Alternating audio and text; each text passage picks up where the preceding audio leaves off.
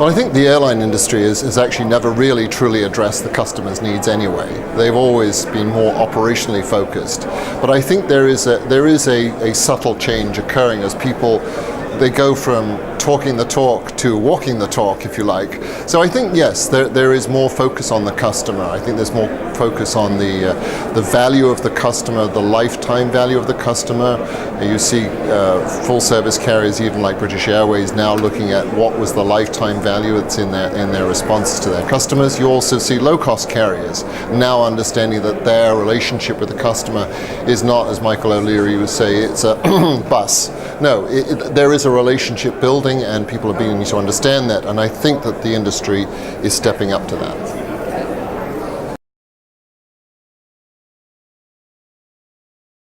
I think it's a very tricky thing for many people to understand, because people assume that the industry is truly global, but in fact the regional nuances are far less than subtle. So for example, in the US, which has a long history of transparency, pricing is very obvious, and therefore it's very easy to see what the market price is with the asking price. In Europe, which has a long history of what you might call grey market pricing, who wants to pay retail, is a very common European perspective.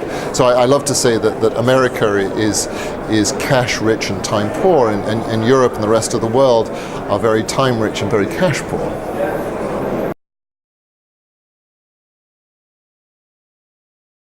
That's a loaded question with a lot of ways I could answer it. Let's try and deal with the real core issue. The core issue is the airlines do need to have a way to talk through intermediaries to their customers.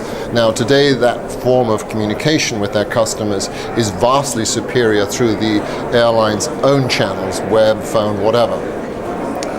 That capability does not exist in the intermediary channel. So for those people who like to, want to, have to use an intermediary, let's say like a travel agency, whether it's online or offline, they might like different reasons for doing that, but they can't have the same level of functionality.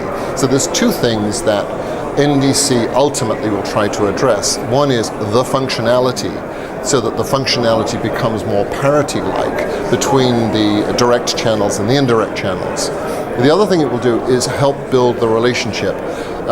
Currently, it's sort of a one-way relationship between the airline via the intermediary to the customer. This creates a more open dialogue that lets the airline and the intermediary both share in the information that they give to the customer, and the customer gives back. So it becomes more of a, I would say, collaborative approach. I think there's an interesting statistic that you should actually think about. That if you look at the Airbus and Boeing manufacturers, we're going to be having the same aircraft that we have today for the next 50 years. So there's going to be no change. So if there's no change in the aircraft, arguably there should be no change in the relationship. But look at how storefronts have changed in the retail world. So I think the relationship between the stakeholders and there are many stakeholders in the passenger chain of value between the airline and the customer. Some of those players don't have the right to be there. So there's some who assume that they have the right and believe that they are the gateway to the customer or to the airline, and in fact they have reverse that role and become gatekeepers. And as such, as gatekeepers, they have constrained the industry. Well, technology and customer behavior is like water. It'll find its own level. So those people who don't add value into the chain, and there are clearly some stakeholders today who don't provide the level of value that they should. The obvious one from my perspective, because of my background, says the GDSs need to rethink how they have their value in the chain. It says, I forget who it was, it said yesterday that nobody thanks Amadeus for getting you to the airport.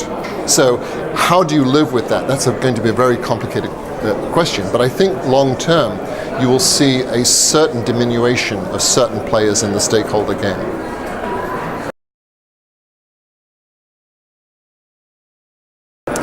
So we all live in a mobile world.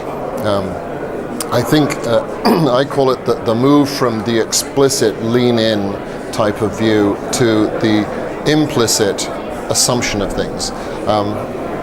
For those of you who are Star Trek fans, I always think of, Kirk to Spock, and things just happened automatically. Kirk talks to the computer. So this fact that we have to go in and talk to something, to do something, I think is too hard. We, as an airline industry, we put incredible barriers in front of our customers of what they want to do. And the move of mobile, what it does is it kind of needs to strip away some of that unnecessary things. If you look at some of the rule requirements that the airlines have put out there into the marketplace, and you look at what a customer wants, the customer doesn't care. The customer says, give me the lowest fare. But when you try and quantify what that means, you could ask 500 questions and still not know exactly if that's the right thing that the customer wants. So I believe that the direct channels and the indirect channels both need to progress. And they may continue to have separate paths because there are separate ways of doing things. I'll just pick on one topic, which is the time of the customer journey. The time of the customer journey, do I have to make all of my decisions about my journey at the same time? I know I want to travel on that day, but do I know which seat I want? Do I know which meal I want? Do I have to do that all at the same time? And that's part of the problem today, is you can't do that. You can't easily do that. You can't multi-channel. Everybody has got their own device. Everybody is multi-channel now, PC, web, whatever it might be. So, in fact, I think that mobile is driving a lot of change, and that is actually change for the good.